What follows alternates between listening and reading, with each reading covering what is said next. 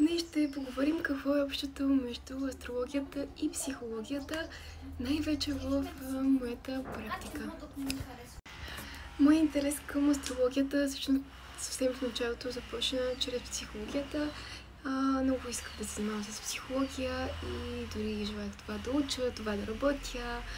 В момента, в който открих астрологията, осъзнах как всъщност тя ми дава много повече яснота, отколкото която и да е психологическа книга.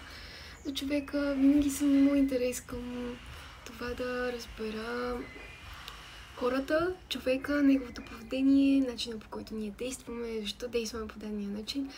И в момента, в който откривам астрологията, получих много яснота, много конкретна, много точно си казах, вау, това всъщност е моето. И психологията стана на много среден план и фокуса ми мина към астрологията или така познатата астропсихология. Астропсихологията е обединяването на астрологията чрез и психологията. Много е полезно, според мен, всеки един да има това желание да опознае себе си и другите и най-вече да открие кой е правилният подход към човек от среща. Защото има хора, за които едно работи и друго не работи и обратното. За някой друг пък работи съвсем друг метод. Това, което правя в моята практика е точно това опознаване на нашата психика и нашето поведение, но чрез астрологията много е полезно, има много практическа част. Аз съм човек, който винаги търси практиката. Не вярвам сляпо на нещата, имам нужда да видя това как ще ми помогне в ежедневието. И със сигурност това, че се занимавам с астрология и психология обединено в едно, много ми помага да имам един правилен подход и към себе си, и към останалите, и това ми помага да имам много по-хармонични отношения и с себе си, и с останалите. И тази астрологията има много общо с психологията.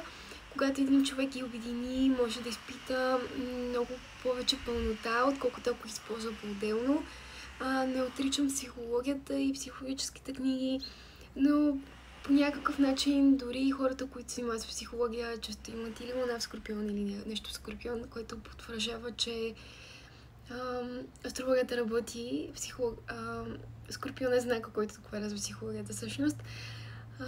Друг интересен факт е, че всъщност аз имам луна в Риби, който е интерес към астрология в 8-ми дом, дома на Скорпион, който обединява точно астрологията и психологията. Така че тези неща не са случайни. И да. Ако желаете да опознаете себе си чрез астрологията, но имате интереси към нещо по-дълбоко от това и към вашето поведение, модели на поведение и така нататък, може да се свършите с мен за астрологична сесия абсолютно винаги, дори когато не го казвам. Аз използвам и психология в сесиите ми, като разглеждаме връзката с майката, връзката с бащата, братя, сестри, ако човека има. Дори понякога излиза потенциално дали човек има брат или сестра или деца. Много деца има ли, няма ли потенциал за деца. Всичко излиза, което е вау. И за тези, които ме питат, може да се свършите с мен в Instagram или в Facebook. Така че можете да спрете съобщения, свързани с вашия интерес или въпроси и там. Слагам линк отдолу.